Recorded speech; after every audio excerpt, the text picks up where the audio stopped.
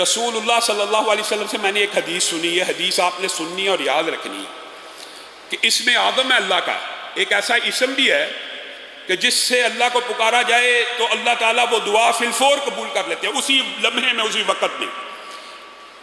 اور ابو امامہ کہتے ہیں رسول اللہ صلی اللہ علیہ وسلم نے فرمایا وہ اسم اعظم سورت بقرہ میں بھی ہے، سورت آل عمران میں بھی ہے اور سورت طٰہٰ میں بھی ہے. کہا رسول اللہ نے بس مجھے میرے سامنے یہ بات کی تو میں سورت بقرہ کھول کے بیٹھ گیا، سورت آل عمران کھول کے بیٹھ گیا، سورت طٰہٰ کھول کے. یہ صحابی کا قول ہے.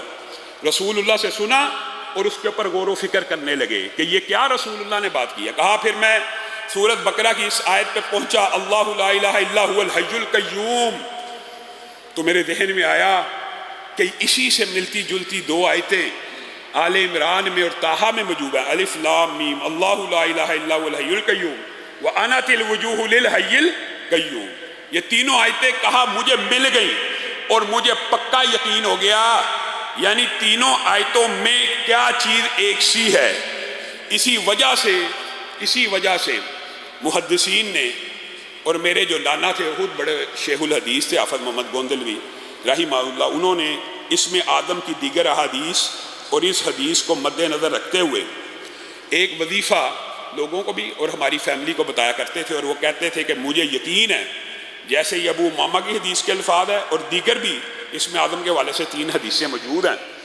میں یہ سمجھتا ہوں کہ کوئی شخص اگر اسم آدم کو پانا چاہتا ہے تو وہ یوں کہے بسم اللہ الرحمن الرحیم. یہ بسم اللہ الرحمن الرحیم بھی شامل ہے.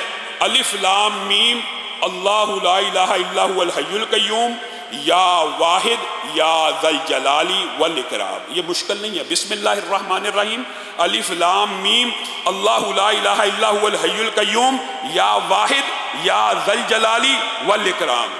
اور ان کا یہ کہنا تھا، میں نے اپنے جتنے نمازیوں کو، اور اللہ کے فضل و کرم سے تحدیث نعمت کے طور پہ کہہ رہا ہوں، ان کا ہی صدقہ جاری ہے، جس ساتھی کو یہ وظیفہ بتایا کہ یہ 313 مرتبہ پڑھ کے اسم آدم کا واسطہ دے کے اللہ سے دعا کریں، آج تک ابھی تک مجھے کسی شخص نے یہ نہیں کہا کہ میری دعا قبول نہیں ہوئی. ہاں یہ ضرور کہا کہ ابھی 313 کے درمیان کئی دفعہ پڑھتے پڑھتے شیطان اس طرح کے وظائف پڑھتے ہوئے شیطان وسوسے ڈالتا ہے، مانتے ہیں تو پورے نہیں ہو سکے.